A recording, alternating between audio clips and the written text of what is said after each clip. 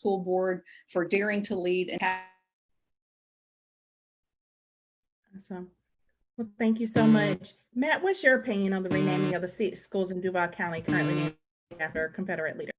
I think what I recognized when Forrest High School, I guess 5 or 6 years ago, I had this discussion. I'm not sure if everybody, all the constituents got involved and they changed the name to West Side.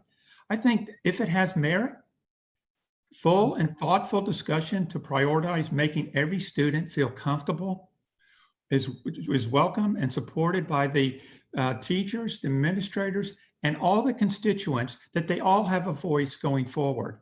There's a lot of things that are going on. You know, I had a friend of mine whose mother was really a second generation from the Civil War, but she would yell at me considering saying it's a Civil War. She's always considered it a war between the states. So I think everybody should be heard. I don't have any preference to keep it or not, but I think the people are entitled, all parties that have an impact on the high school get to vote.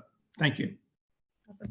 Thank you. And before we pivot to the next question, I actually had a follow-up come in for both of you. Really just curious as to if you had to vote on the issue of renaming, what your vote would be.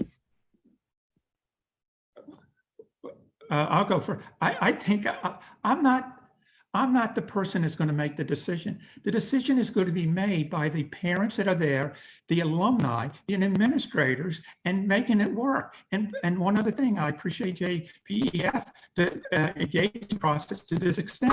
You're collecting money. If the school is name changed, there's money to make it happen. And so I am not going to make that determination. Other people are. Lori? You're on mute. sorry about that. The recommendation will come from the superintendent to the board regarding those name changes. What I will do is the same thing I did when we did school